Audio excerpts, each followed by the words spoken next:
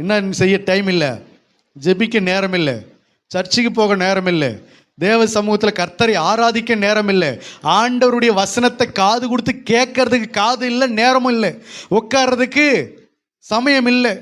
ஏன்? பிஸ்னஸ், உழைக்கணும், ஓடணும், சம்பாதிக்கணும். ஒன்று தெரிஞ்சுக்க, இப்படியே ஆட்டுக்குட்டியானுடைய ரத்தத்தை நீ கையில் எடுக்காத ஓடிக்கிட்டு இருக்கிறன்னு சொன்னால் உன் குடும்பத்துக்கு நீ ஆசீர்வாதத்தை சம்பாதிக்கல, ஆஸ்தியை தான் மட்டும்தான் சம்பாதிக்கிற, பணத்தை மட்டும்தான் சம்பாதிக்கிற, ரட்சிப்பை சம்பாதிக்கல. அல்லேலூயா. அதற்கு இன்னைக்கு உதாரணமாக எத்தனையோ குடும்பங்கள் இருக்குது. அந்த குடும்பத்தில் ஆஸ்தி இருக்குது, ஐஸ்வர்யம் இருக்குது, திரளான நிலவளம் இருக்கிறது. அந்த குடும்பத்தில் என்ன கிடையாது? நிம்மதி கிடையாது. நிம்மதி என்பது, சமாதானம் என்பது துளியும் கிடையாது.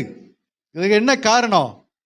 ஆட்டுக்குட்டியானவருடைய ரத்தத்தை கையில் எடுக்காம ஓடி ஓடி ஓடி சம்பாரிச்சு நீ தலைவன் என்று சொல்லி வாழ்ந்து கொண்டிருக்கிற பாரு, அதுதான் உன் குடும்பத்துக்குள்ள எது நுழைஞ்சிருச்சு?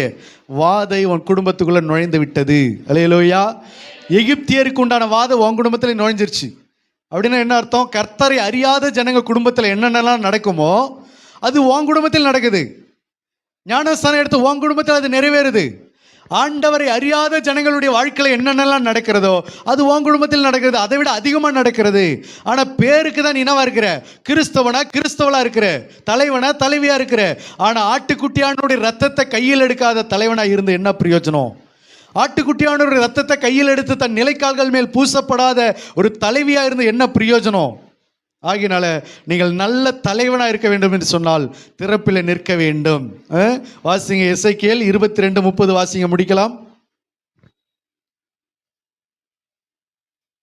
எசேக்கியேலின் புஸ்தகம் 22:30.